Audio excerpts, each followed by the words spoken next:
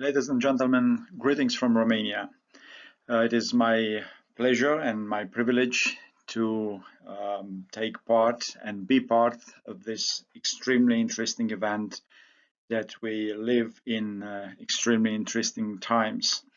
This conference that is held in London, in fact, is in Cyber London, the International Conference on Business, Economics, Law, Language, and Psychology from 18 to 19 November 2020, and organized by Eurasia Research and Social Sciences and Humanities Research Association, managed to reconcile two opposing realities. One is this upsetting immobility given to the pandemic, and the other one is the utmost mobility that technology provides to us. My name is Octavian Dragomir. I'm associate professor at the Bucharest University of Economic Studies, the Faculty of International Business and Economics, and also the founder and editor-in-chief of The Market for Ideas magazine. My presentation is entitled Owning Now, Owing Then. Culturally sustainable development is about material property as much as it is about spiritual legacy, and delves into the relationship between material property rights and spiritually legacy. The contents of my presentation starts from a brief introduction into the theme and what rationale do I have in proposing such a topic. And then it splits in analyzing cultural sustainability, the core concept and the star concept of my presentation, based on three alignments. First, state of the art or state of the arts in the literature devoted to cultural sustainability. The second one is my allegation, my accusation that cultural sustainability, as it is defined and devised currently, is a colossal concept, but with clay pillars. And the third point is that we can rescue, can save this concept if we move towards a property-based reinforcement of the whole sustainability paradigm, and of course with a focus on cultural sustainability branch. And of course we will end up with some conclusions. I oscillate between using I and we because the presentation that I'm going to deliver is the result of conjoint efforts of myself and my fellow scholars from Bucharest, Romania. So before owning this paper and the possibility to share it with you, I have to owe to them the very fruitful and fascinating insights they gave to me during our hot debates and heated. First and foremost, the introduction comes with a very obvious observation. I'm an economist. I'm not a philosopher. I'm not an anthropologist. I'm not a sociologist. Yet I'm a social scientist. But of course, many may wonder why economists have so much in-depth visions, perspectives in a field of study which seems a little bit alien, a little bit strange from the core subject matter of economics. For we know the epistemic encounter between economics and culture is in a sense inevitable. despite the fact that the professionals from economic science, both the scholars and the practitioners, are advised to enter the cultural realm with civilized shyness, because the science of prices and production, that is economics, is rather weak in mapping the priceless and the ineffable that is related to culture. Even so, we have to understand that this fuse between economics and culture is tributary to a reality that is inescapable, no matter if we are living in the world of mundane things, of mundane goods and services, or we make step forward towards higher degree in spiritual scale kind of goods that pertain to culture, to eventually high culture. Both ordinary goods and extraordinary services share the fact that they rely on an infrastructure of scarce material resources, and the quality, the performance of them being transformed into more refined value-added outputs, for instance, of cultural nature, depends heavily on the institutional arrangement in which they are transformed, and in which they are being part of production processes. The most basic institution that is responsible for the performance of human undertakings, for the performance of our species endeavors, are the human and the property rights. First step is about very briefly passing through the state of the arts in the field of cultural sustainability. And first of all, we have to say a few words about the core concept, that is sustainability, without any other adjective or attribute. And we know that sustainability is a concept that is very fashionable, at least with the advent of the new millennium. And more than that, it is established as a scientific discipline that is devoted to a very generous and noble aim, noble end. That is how human species needs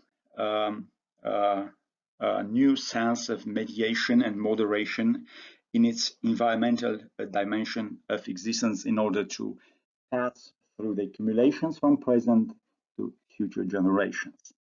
The mainstream message with respect to cultivating both nature and culture, and that pertains to the neoclassical stream of thought in modern economics, delivers argument that more or less with these words sound like that. While Western capitalist markets were found better equipped than Eastern social gulags in granting prosperity, the same way to free markets look poorer in addressing sustainability compared to democratic governmental public political tools. In a sense, in both nature and culture, we are said to experience a market failure. But of course, this concept is and remains highly debatable in economic science, despite its popularity.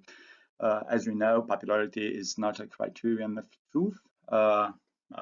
Popularity is a function of fashion and forces that co-work in different pieces of time and portion of space in order to tailor specific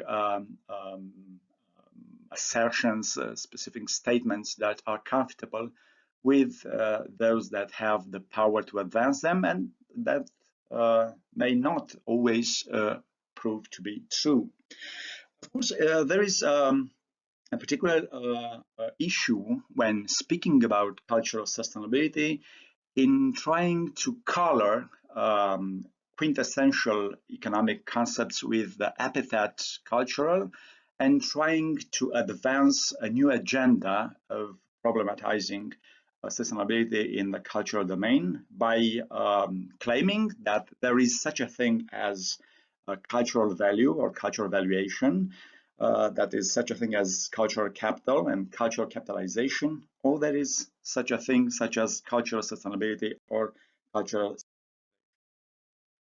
But the thing is that in economics, at least in my opinion and in my fellows' opinion, we do not need to create hybrid concepts in order to address new realities, but to try to give a clear sense of the already existing concepts. And in our opinion, this is a bigger task than trying to adapt concepts for each and every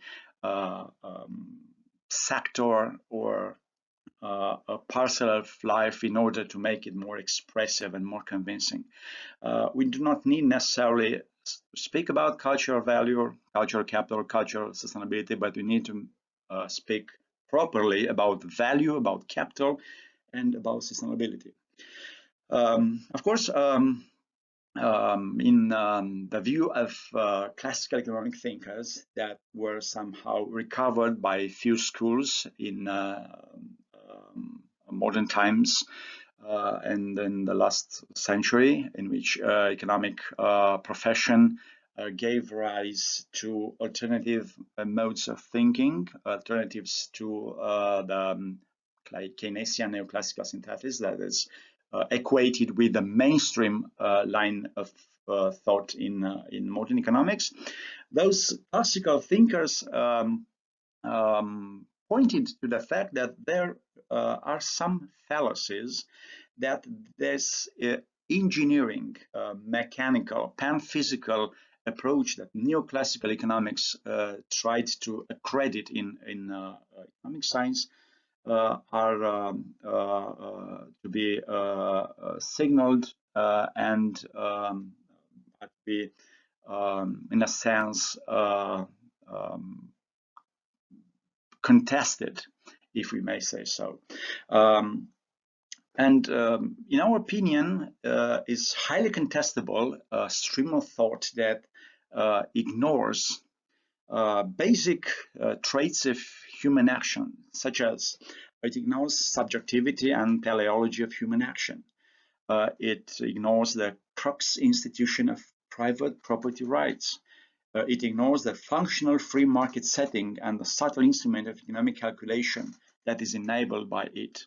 By treating economic phenomena as mechanical processes that are the result of conjoined forces and are able to be put into equation functions, ignoring the fact that human action is much more complex, yet much more simple than this, is not a line to follow in our opinion. And this fact is all the more obvious when speaking about how those proponents of neoclassical pedigree aim to address cultural sustainability. In my perspective, issues such as evaluation, capital, and income make sense before anywhere else in the context of individual rather than collective or collectivized actions, and in the context of private property rights and market contracts and transactions. When adding the public policy ingredients, the governmental intervention inputs, we rather get to a distortion of these signals that are, in my opinion, of utmost importance and of ultimate value in ordering not only the economic processes, but also the social life in its entirety. Only in the landscape of free choices and free interactions, real individuals can calculate and can coordinate within communities the rational use of resources, avoiding both their use and misuse, and address real sustainability concerns, irrespective of if we speak about nature goods or cultural services. Why do we think that, as it is portrayed now in neoclassical economics, in this aggregative, mechanical, let's say artificial, panphysicalist setup, the cultural sustainability? Why do we think that this concept is one colossal notion, but with fragile clay pillars? We say it by starting with a view that very generously, yes, in a very fragile manner, one of the most important scholars in that field tried to define, design, and debated. We speak about David Thoresby, and he said that cultural sustainability, if we understand it and operationalize it, is a concept that in a sense mimics natural sustainability, yet has some ingredients, all of them being suspected of involving a very low degree of confidence in the power of free choices and market forces to discipline them and to direct them to the desired goal of intergenerational cultural thrive.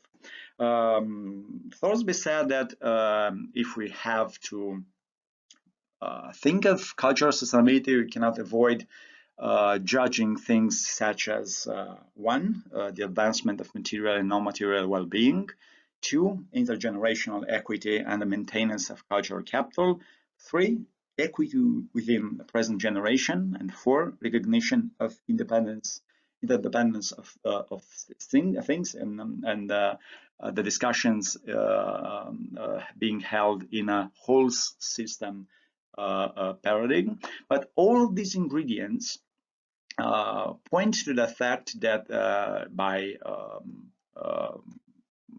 the very nature of human action, people are somehow incapable in their state of natural freedom to think all these processes absent the action of a superior entity that knows best what's valuable in cultural order, what is to be capitalized in cultural order, and what is to be sustainabilized in cultural order, and absent driving force,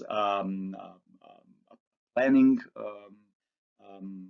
framework, down creation of a mechanism that is of governmental nature and uses policies rather than being product of the market using nature incentives of people towards expressing their own values, their own beliefs, their own attitudes, and investing voluntarily in their materialization and perpetuation. So I agree with a perspective that is so less confident and mistrustful towards how people in their voluntary capacities act in the field of culture, because culture is by its essence a space of perfect voluntariness, of supreme subjectivity, where any interaction and involvement from outside risks to distort the very meaning of things and risk to divert the very root of cultural flourishing, and this is what we want to avoid. Now we reach to the point in where we can advance a way of finding an alternative to the mainstream way of portraying cultural sustainability, and this alternative is based on the inner workings of the property rights institution. We think that also in culture, as in any other aspect of our life, property rights setups are extremely fortunate in delivering both economic and ethical sustainability. Because all the more in culture, when you speak of subjectivity, of scarcity, and of sociality, the way things are being conducted by people in an unhampered way can deliver the results that they really expect. And in culture, you cannot give to people anything else than what they believe to be their culture. You can fake an object, but you cannot fake a belief. So we think that culture is about subjective value, as it in fact is. And this subjectivity of value is translatable from the spiritual intimacy of each and every person to the space in which preferences are being present in scales of importance, and in which people choose to follow one of those preferences and abstain from following others, and so they gave rise to transactions, and from these transactions there emerge prices that signal the relative scarcity of resources that are invested in creating those crucially cultural goods as any other kind of goods, as well as in comprising the subjectivity of their desires. Prices are a very legitimate mechanism in prepare for a sustainable path in any culture in this world, no matter if we speak about the culture of a community, of a nation, of the culture of bigger portions of our species. Because also in culture, we need to rely on a disciplined allocation of resources that help us to advance those values embodied in different referential cultural goods, as well as they signal us the need to retreat because we are advancing on a dead end, and this risks us wasting our resources. So when we choose, for instance, to be part in the experience of cultural events such as a movie, or reading a novel, or watching a performance, or let's say any other experience of this kind, we make a choice and we value root in our life, and of course we give up to alternative paths because we consider them to be not so valuable for ourselves, and that not being worthy of our interest.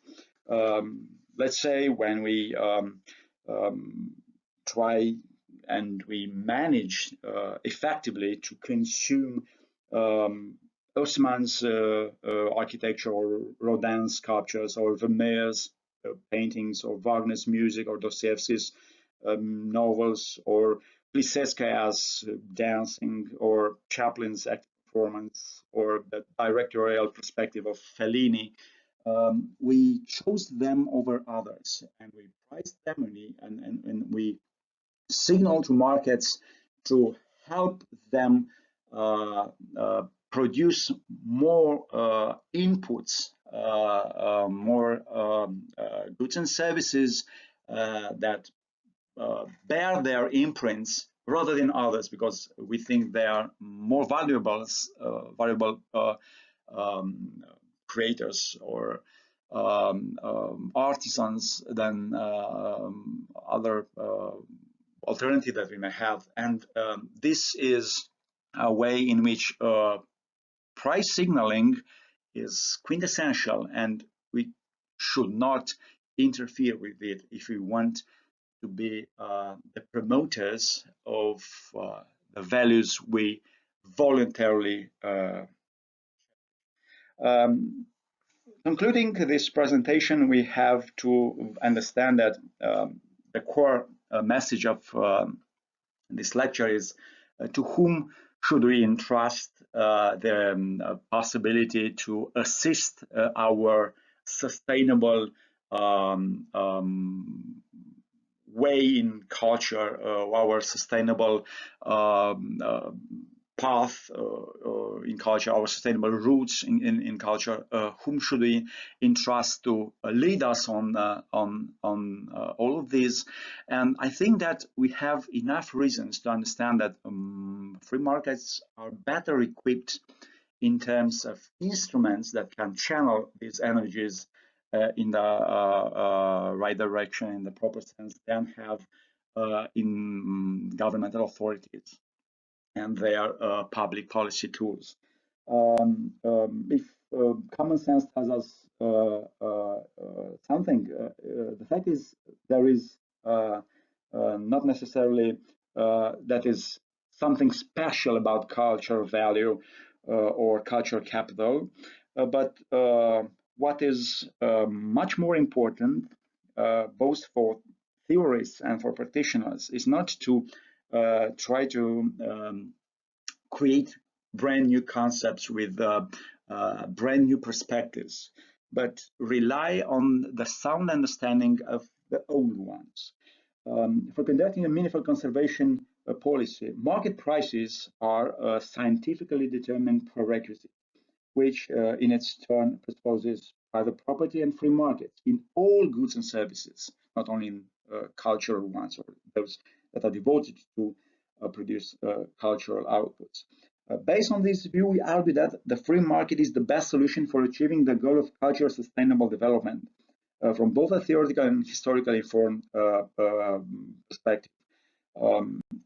We are the illustration of the fact that cultures managed to flourish where economic activity was liberated from unnecessary burdens, and where human creativity was assisted by entrepreneurial characters rather by